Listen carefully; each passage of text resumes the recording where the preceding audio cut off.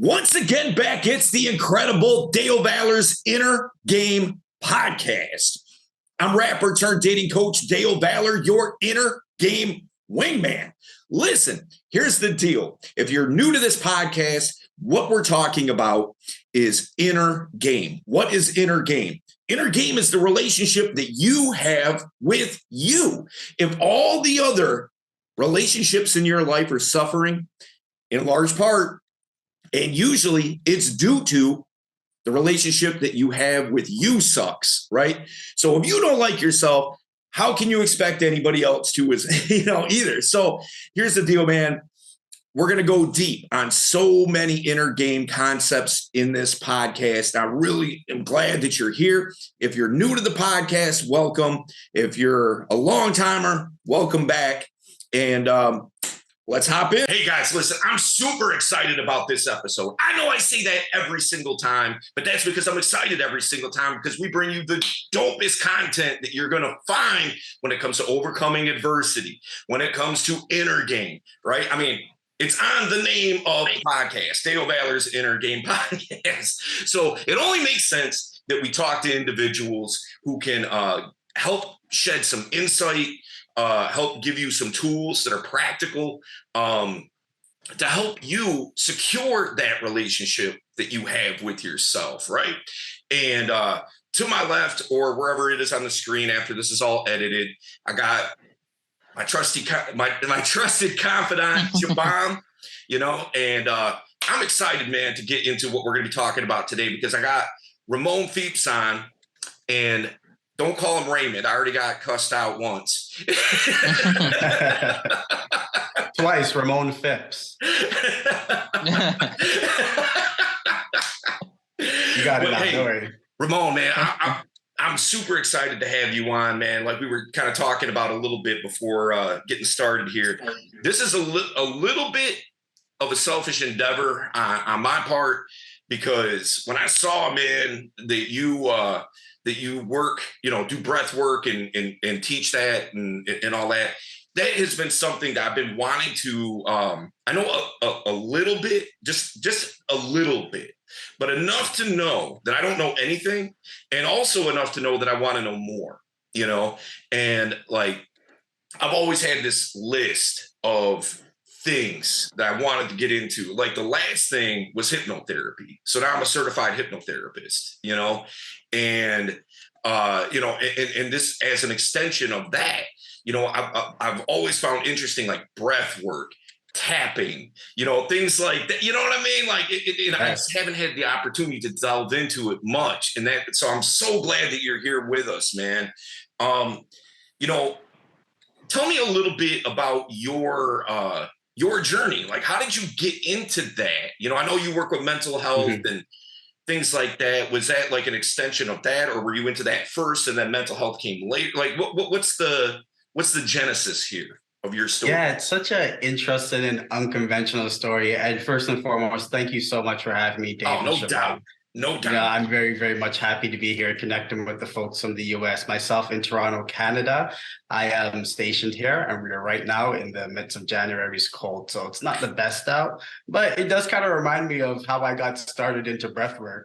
When I was a young person, I didn't know what I wanted to do with my life. And I'm going to fast forward a couple of years because when I actually started to learn about breathing activities, it wasn't through the lens of yogic practices where most people are introduced to this. It was actually through athletics.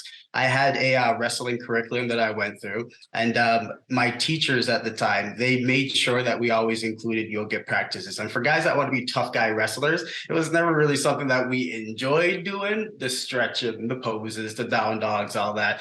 But we saw the benefit of it. And shout out to my coach, Miss Dunlop. She actually taught us the value of breathwork for calming nerves. And that was the first time I was ever introduced to a concept like that. Every time before a match, I learned about the value of taking deep exhales to just slow down your heart rate a little bit. And when I mastered that skill at about 15 years old, every time I would walk out on a match, looking the other guy in the eye, I'd be known as the calmest guy on there. And it was weird to other people because people thought I was sociopathic, but actually I just learned how to really regulate myself. Is this guy going to kill me? Yeah, is this guy going to kill me to rip my eyes out or something? No, I was just actually calm so that I could remove that nerve, that fear, and replace it with excitement to be in these moments that for other people is going to cause them a thrill. And depending on how we frame that in our mind, that thrill is going to be something that we are scared of or that we can find excitement towards. Breathwork for me was a journey through life. And the guy that actually made that mindfulness impact for me was a bald skinhead, web tattooed on the side of his skull, ex-biker by the name of Troy. Shout out to Troy.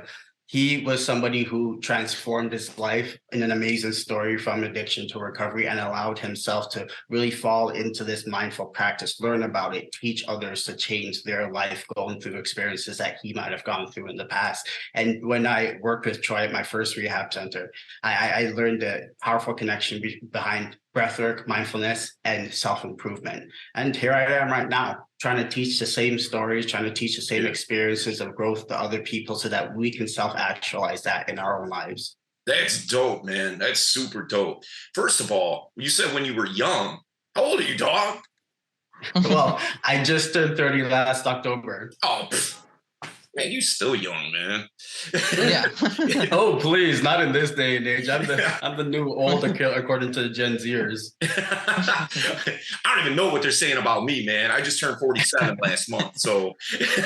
Well, Gen X I think they're thinking coffin. Yeah, right.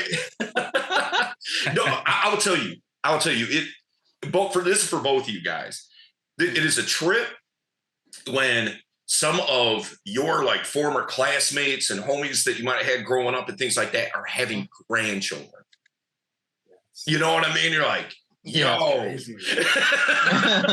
Like, when did this actually happen? How old am I? Can these things actually converse with me now? It's a wild experience. Yeah, no doubt, man. No doubt. And when you say wrestling, I assume you mean collegiate wrestling, or do you mean like professional WWE style wrestling? No, so in the States, you have more so folk style wrestling throughout your school systems. For us, we do freestyle wrestling here in Canada. So it's the collegiate wrestling that you would see. You know? All right, it's like spandex and all that. Yeah, okay. All right, I got you. I just wanted to be sure, man, because I had some questions. If you were like, no, man, I'm out here like wrestling these fools on TV and stuff. Oh no, I'm not that interested. All right, so that's dope though. So you kind of started learning about it from your wrestling coach, and then you met your boy Troy, who kind of broke, I guess expounded on it. Yeah. And even like through the athletics piece, as I grew in combat sports, I did jujitsu, I did boxing, kickboxing, sambo. I did a lot of different martial arts in my life. It's something I latched onto when I was 14, and it carried me through in a lot of different ways. But all the martial arts include some type of yogic practice of breath work, of breathing, of learning how to channel your inner energies and redirect them towards the use of force if necessary, or the use of control in trying to master technique in somebody else's body while trying to win a match. I mean, these things were very interesting in the way that they were incorporated. And BJJ breathwork is one of the most characterized items that it's an aside to the practice, but it still brings value and benefit to it. So I mean, this is why I say breathwork is for anybody, from fighters that are hard heads to students who don't know what they want to do in life, to older individuals who may be in their retirement just trying to find a sense of interest, to individuals who are stressed and going through crisis. Anybody can access it in any platform. Yeah, that's dope. So, if you can, kind of break down because I know that there's going to be people who are like, I don't even know what they're talking about. I've never even heard of this before. Like, what exactly is breath work? Yeah, so when we think of breath work, we're doing a very specific activity of intentional breathing. Every day when we breathe, we do our natural breathing, and our natural breathing is quote unquote, not always correct, meaning that we may slouch and not have the greatest posture, and that might actually restrict airflow from getting into our lungs and oxygenating our body. Or we may find ourselves in different scenarios and positions where we don't actually breathe enough. Like, for example, you may be driving just off in a thought in your mind, and you might not even realize that for the last 30 seconds, you just did an inhale. you have it exhale. And that does a lot to our body and our brain. And when we practice intentional breathing, we learn how to utilize a very simple availability of the air towards our benefit, whether to calm our stress, improve our digestion and relaxation, allow ourselves to promote sleep, or just to find a mindful moment so that we can stimulate our brain activity, because all of that is very necessary. When we think of doing breath work, we are simply intentionally taking the air in and taking the air out in order to stimulate our nervous system. You have two major nervous systems, your parasympathetic nervous system and your autonomic nervous system. There's hardly much you can do about your autonomic nervous system because there's their flight, fight, or freeze mechanisms. Gotcha. So maybe I hear a knock on the door and I just jump at it. Who's that? That's my fight mechanism. Or maybe something makes me feel very petrified. That's my freeze mechanism. Maybe something makes me want to run away, like the cold air outside. As soon as I step outside, that's my flee mechanism. Yeah. That autonomic nervous system is what's responsible for a lot of our stress responses in life to major things that we psychologically deem as threats in our peripheral. When we think of stimulating the parasympathetic nervous system, that's that nervous system that helps us actually relax. And the way that it does that the most effectively is when we start to increase oxygen in our blood, increase carbon dioxide in our blood, and learn how to control that out. Because naturally speaking, that actually helps to slow the heart rate. I always say, just a quick tidbit for anybody practicing breathwork. The hardest part about breathwork mastery is learning how to have prolonged exhalations, because that prolonged exhalation piece also just so happens to be what causes the most amount of stimulation to your parasympathetic, which allows you to find that homeostasis hormonally and relax. For some practices, and for some people who do these practices of breathwork, you can enter into many different modalities like holotropic breathing, Wim Hof breathing, psychosomatic breathing techniques. There's a lot of different branches, you want to call them, of breathwork, and all these different branches in themselves, they can offer you a different type of experience depending on what you're looking for. You can feel high. Some people call it a DMT-like experience if you've ever taken a little bit of psychedelics, where you are blasted out of this world. For some people, they could have a very deep emotional experience where even it can release trauma. I've worked with clients with chronic pain and opioid addiction that learn how to use breathwork towards relaxing their bodies to the point where their muscle tissue starts to relax, to the point where they don't need to take their oxycodone in order to cope with the pain in their back or their legs or their neck. These individuals learn how to use the breath in order to manage their body. And that's a very amazing experience. Depending on what you want to get out of it, because the possibilities are endless in the journey. You could take this as a spiritual journey for yourself. You could take this as a health and wellness improvement journey. You can take it as a productivity journey to learn how to focus your mind on similar tasks and routines and discipline yourself because of that. Or you could just start off new and say, I want to start off something different in life. And learning how to breathe can help us find clarity and focus so that we can actually envision that and start to create action towards it. Yeah. You know, it's so easy, I think, for people to not even consider that, because since breathing is something that we do unconsciously, you know, all the time. If you're not breathing, you're dead, right? So it's something that I think that people take for granted and don't even consider it.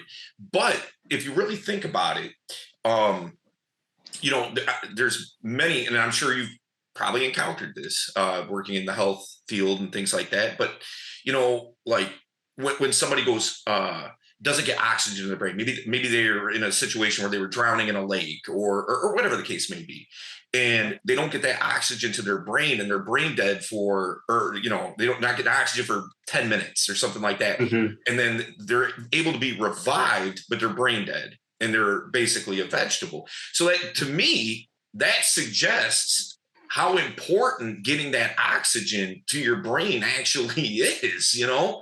Like you could be, in essence, just a living shell, you know, because you have no cognitive thought. You know, you're just alive, but you're not, you know?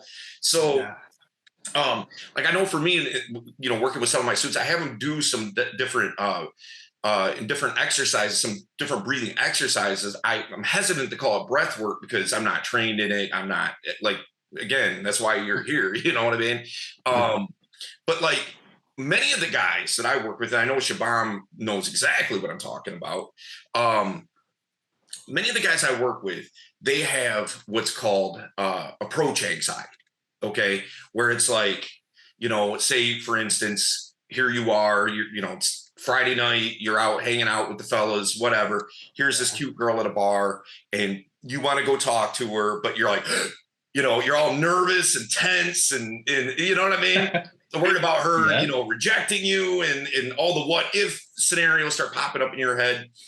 Would you suggest that breath work, is that something that you could do in the moment to start calming your nerves down so as that you feel like, okay, you know what, this isn't that big of a deal. It's not life or death. Let me just go on ahead and start up a conversation. Man, I have been there. Oh my gosh, that is like the late teens, early 20s when you're with your group of friends and you're doing the cold approach and then you even set missions for your group of friends like we're gonna do like 100 in a week or something like that, just to work through the nerves. I think we're all conscientious of the fact that we can have nerves in approaching people. And just a quick tidbit, I want to say I work a lot with, of course, personality change and improvement with people, and that's a very common question I receive as well too. How do I approach somebody I'm really interested in talking to? And I would say similar to breathwork, you just have to incorporate a practice of this. And the one practice I always recommend, a very small thing, is learn how to say hi and bye to strangers. In Canada, I feel like we don't do that enough. You quickly just always walk by people. You're in an elevator with somebody and then you're just not talking to them. It's like there's no wrong in just saying hi and bye to somebody. It doesn't have to be an intermediate conversation or anything like that. But that's just going to help you become more approachable because you're going to learn how to use body language, smile a little bit more, and be the first one to just say something small, such as hi, and be the first one to say bye, which represents to somebody else that, heck, that random stranger cared about me today. That's just kind of a small aside in terms of a technique I just wanted to throw out there. But yes, when we think about the use of the breath, again, when we think about stress in general, the point of breath work is first and foremost to help calm that stress. And the interesting thing about approach anxiety is your anxieties are always going to be your own psychological beliefs. That's why some people have approach anxiety and some people do not, because some people might have their own psychological beliefs that they are the top shit. They are the A player. They're going to be able to approach who they want and knock any walls down. I mean, for other individuals, it might be the most fearful thing in the world. So a lot of the reason why we have approach anxiety has a lot to do with you. First and foremost, you have to ask yourself, what are you afraid of? What are you afraid of? When we use breath work, we can allow ourselves to actually visualize that potential fear. I'm afraid of being rejected. I'm maybe afraid of being called ugly. I'm maybe afraid of being called stupid or something like that. And that fear manifested in reality only proves it right. But you're going to realize that most of these negative experiences that you have in your life and will have in your life and have ever had in your life, you're likely to get over them. You definitely got over every single experience that has happened prior to today that was negative. So you will get over the next rejection. You will get over the next person standing you up. You will get over the next fear. And if you can see that, visualize that, allow yourself to manifest it in your mind much more clearly, then you have an actionable item to work towards. When you take a breath, you can calm the stress so that your jumbled thoughts that are irrationally driven by your emotion can start to slow and piece together like a jigsaw. And then when you see that picture, the problem, the action that allows my desired outcome to manifest, you can walk towards it with a little bit more confidence, knowing that I still may get shot down, but I at least know what I'm afraid of. So there's nothing holding me back now. The breath is well said. Yeah, well said, man. I agree 100% with everything you just said, man. Now, like anybody who's followed my content or the podcast or whatever, knows I'm a big advocate of meditation. Okay. And would you suggest that that breath work is an extension of meditation, or two totally distinctive things, or they parallel or tie together? Like, how does that relate to meditation? Can you do both at the same time? Is it like, that kind of Yeah, thing. so you can definitely do both breath work and meditation at the same time. On my YouTube channel, that's all my meditations focus on. And that's a very interesting type of modality of meditation, to utilize breath work and incorporate this psychodynamic language and dialogue for somebody to have a emotional and mental experience with. A lot of breath work sessions, in the core of breath work, when you walk into a studio or a class, or you join a virtual workshop such as the ones that I run, they're mainly just going to be about breath work. You sit down, get in your comfortable space, you breathe in and out, you do your activities however the facilitator guides you. But then there's those more specialized meditation classes where you can have graduated dialogue that allows you to go along a journey. And that journey is usually themed around an intention of some sort, or even emotional processing. And that's then combined with breath work, which when I use that particular modality for meditations, I actually work a lot with crisis and stress. So I like to help people induce that for themselves so that they can calm that in this session with me. So that, again, it changes and reframes how our minds start to think about our crises and our stresses in life. That's something that I like to do. And you need to be clear enough from the breathing to be able to see that stress and then work through it within that session to find your emotional release. Most meditations, however, they won't incorporate extended, prolonged breathing patterns. A lot of meditations that you're going to go on YouTube and see, there's going to be some dude or some girl guiding you along word by word, such as find yourself a comfortable space, open your heart, open your mind, allow yourself to blissfully fall into your feelings, something like that. And it's just going to go on for 10, 15, 40, 1 hour long, 2 hours sometimes. But then if you want something more breathwork related, you do have to look for that. And when you do find that, you have to find what works for you, depending on the journey that you want to seek. But the way that I perform meditations, and I prefer to, of course, educate people to perform meditations, is meditation and breathwork go hand in hand. As you think, you have a body response. And those two things create this holistic experience where your mind and your body starts to connect to manifest something greater after this 5, 10, 15, 20 odd minutes that you may give to this practice. Yeah. And of course, I just want to point out too, some meditations, like if you're just going to do yoga, for example, physical asanas over the course of a sequence. Asanas are these different positions, from down dog to standing up to folding over to putting your legs over your head. I love yoga, don't get me wrong, but there's a lot that goes into it if you don't want to get all physical. All of that also incorporates breathing. You can't make it through those sessions without having matched breath action to your movements, which is another growth of how breath work can help stimulate your body and really unlock your truest potential. I got you. Yeah, that's dope. Shabam, do you do yoga? Me, not so much.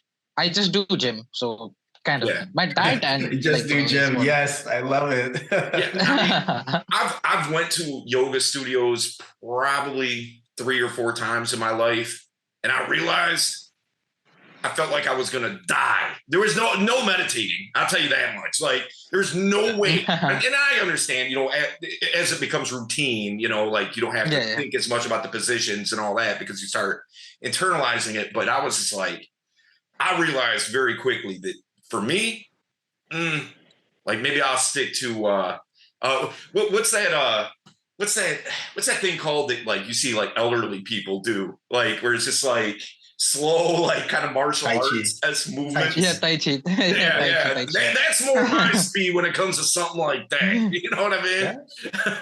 I completely get what you mean. And I think that's sometimes what a lot of people don't get about breath work. They don't know that it's kind of like a niche in yoga. It's a niche in these yogic practices.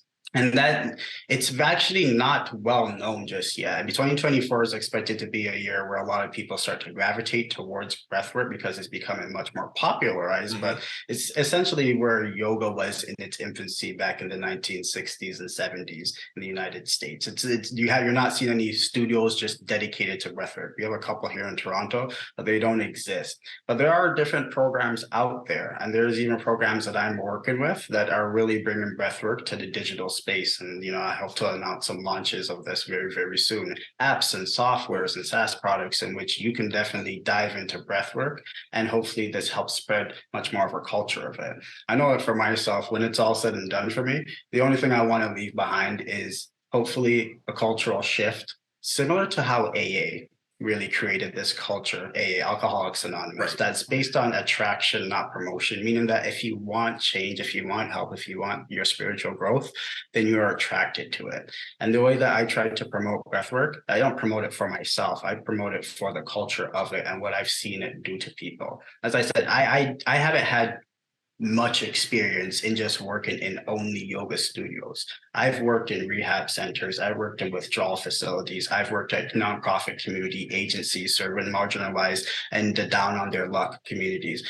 I've worked with major CEOs. I've worked with youth, schools, correctional facilities, people in the justice system. I've worked with your mother and your father, your aunts and your uncles, your grandparents in their retirement home, and people that are on their deathbed at hospice care. I've worked with every single person, and breathwork touches every single person because it's something that at the end of the day, amongst all else, we have control over. We can have the control over the breath, and that can change a lot of things. Well, man, I know that you got a lot of information out of this particular episode. Listen, if you need to go a little bit deeper, always feel free to reach out to me.